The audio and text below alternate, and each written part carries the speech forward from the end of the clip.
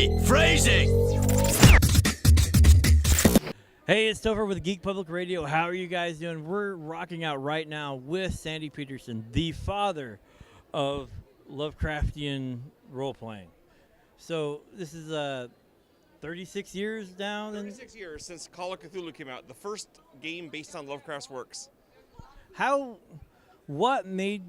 What was the thought process of bringing that? Just the love for Lovecraft, or? I really liked Lovecraft. I knew he was an obscure author that no one had heard of, which was true at the time. But I wanted to bring some of his stories to life, and I talked to Chaosium. I'd made friends with them through other gaming things, and they told me that they were working on a Lovecraft game for like the modern age, and I said, "Oh, I'd love to help on that." And their attitude was, "Well, you eat and drink and breathe Lovecraft, and you know this topic, and let's have you do it." And then that's where it came from. They gave me the opportunity, and I jumped at it. And I actually have the first edition. Is that what I brought to you yesterday? The brown. Yes, that's the first edition.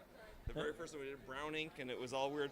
And it was pretty cool because Lovecraft, like I said, he was obscure, and actually the team at Chaosium, they didn't respect him. They thought he was just another pulp author that was kind of weird. But they were smart enough to know that because they didn't respect him, that they needed to have someone else design the game who did respect him, because they would do it right. And a lot of companies wouldn't have done that. They would have just done it themselves and kind of been snarky about it. But they said, no, get the guy that loves Lovecraft to do it. And so... And look, we're here 36 years later, and games that were made then that are gone. There's a lot that are vanished. And look, I believe I did eventually kind of convert the Chaosium guys to believing that Lovecraft was more awesome than they thought. But yeah, there's a lot of games that came out since, a lot of horror games, bigger budgeted, more like backed by bigger companies that are now gone. And Call of Cthulhu still goes on. Now we're in the 7th edition. Yeah, which looks awesome, by the way. Speaking of the newer games, the stuff you got Cthulhu Wars. Yes. Yeah, well, of course, as I mentioned, Call of Cthulhu was my first ever Lovecraft game, and the first one. And Cthulhu Wars is my return to the board game genre from computer games, actually. I'm now fully back in tabletop games, and that's my newest Lovecraft game. And it's kind of what happens when you failed at Call of Cthulhu and the Great Old Ones break out. And so in this game, you are not heroic investigators staving off the doom. You are Cthulhu or Nyarlathotep or this Yog-Sothoth, and you're fighting over the earth in a strategy game. I looked at it. It looked a lot like Risk if everything went to pot. Well, I mean, the map looks a little Riskish that it has area movement. The gameplay itself is very asymmetric. A strategy that works for the King in Yellow won't work for Great Cthulhu. And you're earning spells different ways and casting them, and you actually can't. Unlike Risk, you can't actually conquer the map. You can't sweep the field because other guys are too powerful. You have to win through accumulating doom and doing the most destruction to the world. And so you are fighting all the time, don't get me wrong. There's tons of conflict, but ultimately it is the guy who best uses his powers of destruction to bring forth his victory. Not with Cthulhu Wars, you have other stuff that you're doing. We do have other stuff we're doing. We've just released a game called Theomachy, which is basically it's a card game. It's a cross between Dominion and Texas Hold'em poker. And you play gods gambling the souls of your worshippers. So you can have the matchup of Thor versus Cthulhu or whatever you want. You have Greek gods and Sumerian and Celtic. And of course, Cthulhu and Yog-Sothoth are in there.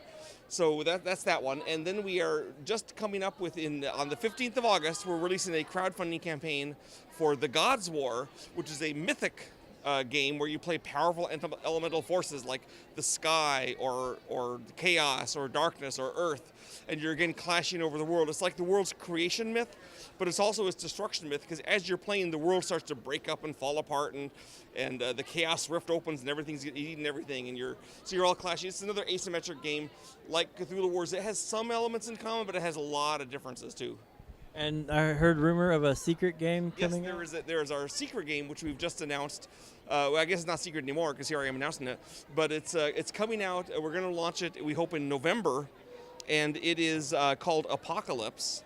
And it is about the end times when the demons come back to overthrow the earth. It's a co-op game where you play heroes who are going up against these fiends and trying to stop them. They're pouring through a gate to flood the earth, and there's a demon lord behind them. You have to fight your way through them, and you have teams of Navy SEALs and Texas Rangers and stuff, and it's like part tower defense, part co-op dungeon, but it's not a matter of just exploring. They're flooding out, and it's very active.